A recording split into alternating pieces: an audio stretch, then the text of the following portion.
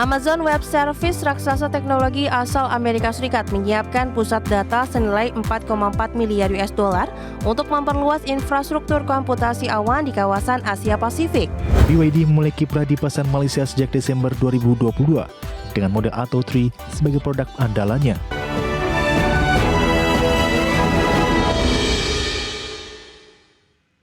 Kembali bersama kami, pemirsa. Amazon menggelontorkan investasi jumbo di Selandia Baru. Melalui Amazon Web Services, raksasa teknologi asal Amerika Serikat itu menyiapkan pusat data senilai 4,4 miliar dolar Amerika untuk memperluas infrastruktur komputasi awan di kawasan Asia Pasifik. Amazon Web Services, raksasa teknologi asal Amerika Serikat, menyiapkan pusat data senilai 4,4 miliar US dollar untuk memperluas infrastruktur komputasi awan di kawasan Asia Pasifik. Dilansir dari Forbes, pusat data baru ini akan memberikan keleluasaan bagi pelanggan AWS seperti Xero dan KiwiBank untuk menjalankan beban kerja kecerdasan buatan, menyimpan data, serta mempercepat layanan digital mereka. Wakil Presiden Layanan Infrastruktur Amazon Web Services, Prasad Kalyanaraman, menyebut proyek tersebut bakal membantu organisasi di Selandia Baru mempercepat transformasi digital di tengah lonjakan permintaan cloud. Amazon memberikan proyek ini akan menciptakan lebih dari 1.000 lapangan kerja baru dan menambah nilai ekonomi hingga 10,8 miliar dolar Selandia Baru. Meski belum diungkapkan lokasi maupun jadwal pembangunan, Amazon memastikan pusat data itu akan memanfaatkan energi terbarukan dari ladang angin terbesar di negara tersebut, sekitar 150 km dari Wellington. Adapun investasi di Selandia Baru ini juga menjadi bagian dari strategi Amazon memperkuat pijakan di Asia Pasifik. Sebelumnya, perusahaan telah menyiapkan lebih dari 50 miliar US dollar untuk memperluas infrastruktur digital di Australia, Jepang, Singapura, Malaysia, dan Thailand. Berbagai sumber, iDex Channel. Kita ke industri otomotif, pemirsa. Produsen mobil listrik asal China BYD mencatat tonggak sejarah baru di pasar Malaysia dengan keberhasilan menjual lebih dari 20.000 unit kendaraan listrik. Pencapaian ini menunjukkan perkembangan pesat dan meningkatnya minat masyarakat negeri jiran terhadap mobil ramah lingkungan. BYD memulai kiprah di pasar Malaysia sejak Desember 2022 dengan model Atto 3 sebagai produk andalannya. Butuh waktu sekitar 2 tahun 9 bulan bagi BYD untuk mencapai penjualan 20.000 unit di Malaysia. Seiring waktu, BYD memperluas portofolio kendaraannya dengan menghadirkan model Dolphin, Seal, MPV M6, serta SUV Silent 7 yang semakin menarik perhatian konsumen lokal. Salah satu faktor kesuksesan BYD adalah peluncuran model baru seperti MPV Denza D9 dan Atto 2 per tahun 2025 yang semakin memperkuat posisinya di pasar mobil listrik Malaysia. Silent 7 menjadi model terlaris dengan angka penjualan mencapai 20.238 unit pada 7 bulan pertama 2025. BYD juga berencana membangun pabrik perakitan lokal di Tanjung Malim yang akan mulai beroperasi pada pertengahan tahun 2026.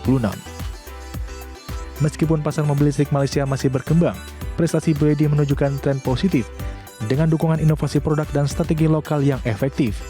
Keberhasilan mereka juga memberikan gambaran potensi besar kendaraan listrik di Asia Tenggara. BYD terus mengoptimalkan teknologi dan layanan untuk mendukung transisi kendaraan ramah lingkungan di wilayah ini. Sebagai sumber untuk iDex Channel. Toyota mengambil langkah besar dalam ekspansi kendaraan listrik di Eropa dengan membangun mobil listrik baru yang produksinya akan difokuskan di pabrik mereka di Ceko. Inovasi ini menjadi bagian dari strategi Toyota memperkuat posisi di pasar mobil listrik global. Toyota secara resmi mengumumkan pembangunan mobil listrik baru yang akan diproduksi di pabrik mereka yang berlokasi di Republik Ceko. Pabrik ini tengah diperluas dari luas 152.000 meter persegi menjadi 173.000 meter persegi untuk menampung kapasitas produksi yang lebih besar. Dengan perluasan ini, kapasitas produksi tahunan diharapkan meningkat secara signifikan untuk memenuhi permintaan pasar Eropa yang terus tumbuh. Pabrik Ceko Toyota saat ini sudah memproduksi model seperti Aygo X dan Yaris Hybrid. Dengan hadirnya produksi mobil listrik penuh di fasilitas ini, Toyota memperlihatkan komitmen kuatnya dalam transisi menuju kendaraan bermotor ramah lingkungan. Perluasan produksi kendaraan listrik ini sekaligus mendukung target Toyota untuk rendah emisi dan berkontribusi pada agenda dekarbonisasi Eropa. Toyota juga memanfaatkan lokasi strategis pabrik di Ceko untuk memperkuat pangsa pasar di Eropa dengan mobil listrik terbaru yang inovatif dan efisien. Langkah ini diharapkan mempercepat penetrasi kendaraan listrik di kawasan tersebut dan menunjang kebutuhan konsumen yang semakin beralih ke teknologi hijau. Toyota menyiapkan mobil listrik baru ini dengan teknologi mutakhir untuk memberi pengalaman berkendara yang optimal di masa depan. Berbagai sumber, IDEX Channel. Produsen mobil listrik asal China, NIO, kembali mencatatkan capaian luar biasa dengan menembus rekor penjualan terbaru di tahun 2025. Dengan momentum positif ini, NIO menargetkan pengiriman 50.000 unit mobil listrik setiap bulannya ke depannya.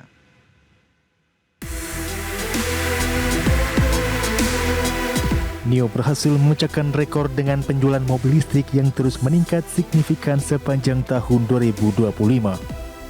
Pada bulan-bulan terakhir, angka pengiriman menunjukkan tren positif yang mendapatkan NIO sebagai salah satu pemain kunci di pasar kendaraan listrik global. Keberhasilan ini didukung oleh peluncuran model-model terbaru dan ekspansi pasar yang agresif terutama di China. Target selanjutnya yang diusung NIO adalah mencapai pengiriman sebanyak 50.000 unit mobil listrik setiap bulannya. Peningkatan kapasitas produksi dan efisiensi rantai pasok menjadi fokus utama perusahaan untuk memenuhi target ambisius ini. Langkah ini juga sejalan dengan tren global yang semakin mengutamakan kendaraan ramah lingkungan dan teknologi mutakhir dalam otomotif. NIO juga terus mengembangkan inovasi teknologi termasuk baterai, sistem pengisian daya, serta fitur kendaraan pintar untuk meningkatkan daya saing produknya. Komitmen terhadap keberlanjutan dan kualitas membuat NIO semakin dipercaya oleh konsumen di berbagai negara. Ambisi NIO tidak hanya mendominasi pasar domestik, tetapi juga merambah ke pasar internasional untuk memperkuat posisi sebagai merek mobil listrik global. Sebagai sumber untuk IDEX Channel. Masih bersama kami di Prime Market Highlights, pemirsa, Amerika Serikat kembali mengetatkan pembatasan teknologi ke China. Kali ini izin Taiwan Semiconductor Manufacturing Company atau TSMC untuk mengirim teknologi canggih dari Amerika Serikat ke China resmi dicabut.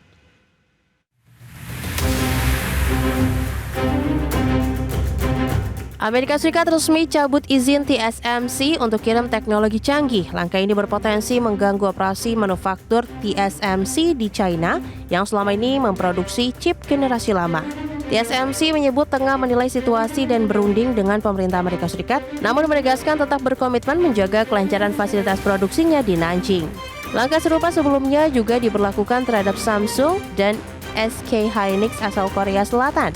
Hal ini membuat pengiriman produk berbasis teknologi Amerika Serikat ke China menjadi lebih mahal dan rumit karena pemasok wajib mengajukan izin ekspor individual.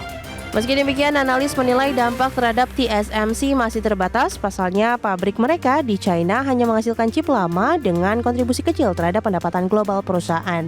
Namun, pembatasan ini berpotensi mendorong pelanggan China beralih ke alternatif domestik, sekaligus mempercepat inovasi industri semikonduktor lokal.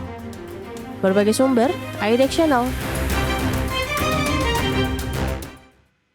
Pemirsa, raksasa hiburan dunia Walt Disney baru-baru ini mendapat sorotan tajam setelah disahkan membayar denda miliaran rupiah terkait pelanggaran privasi data anak-anak. Kasus ini menimbulkan perhatian global tentang pentingnya pengelolaan data pribadi di era digital, terutama yang melibatkan anak sebagai audiens utama.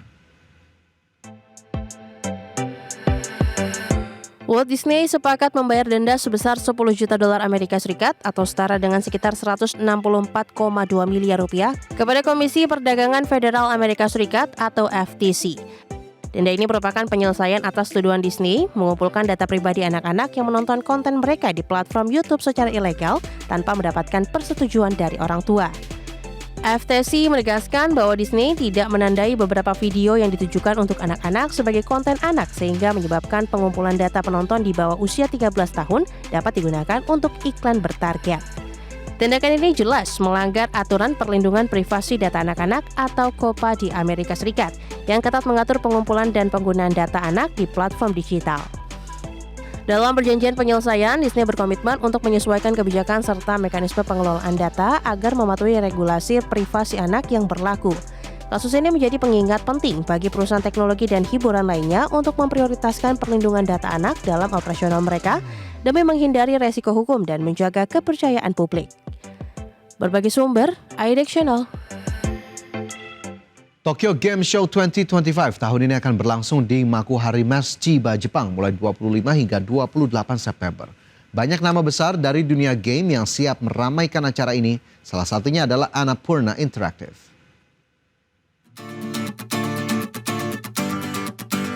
Annapurna Interactive dikenal sebagai publisher game indie ternama, resmi mengumumkan partisipasinya di Tokyo Game Show 2025.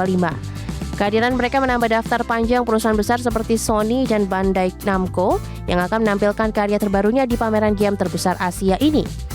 Annapurna Interactive berkomitmen memperkenalkan game-game inovatif yang memikat penggemar di seluruh dunia. Acara Tokyo Game Show 2025 kali ini mengusung tema Unlimited Never Ending Playground yang akan berlangsung dari tanggal 25 sampai dengan 28 September di Makuhari Meisei, Jepang. Selain menampilkan game ternama dari developer besar, panggung TGS menjadi wadah bagi publisher seperti Annapurna untuk memamerkan judul-judul indie mereka yang unik dan kreatif. Kehadiran Annapurna sejalan dengan meningkatnya minat konsumen terhadap game indie berkualitas tinggi. Annapurna Interactive dijadwalkan akan menampilkan game-game terbaru mereka dalam berbagai sesi demo serta berbagai acara menarik lainnya di booth mereka. Hal ini menjanjikan pengalaman berbeda bagi pengunjung Tokyo Game Show yang ingin menjajal inovasi baru dalam dunia gaming. Partisipasi mereka menambah variasi dan dinamika perhelatan TGS tahun ini, menampilkan keragaman konten dari berbagai genre. Berbagai sumber, IDX Channel.